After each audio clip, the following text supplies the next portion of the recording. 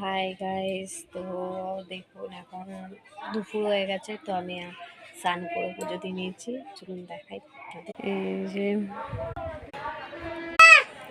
এই যে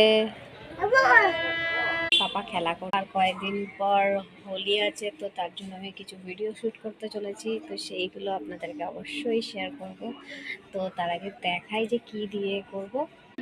এই দেখুন ফুলের সাজে আমি সাজবো, তো দেখবেন আমাকে কেমন লাগছে আর অবশ্যই কমেন্টে জানাবেন।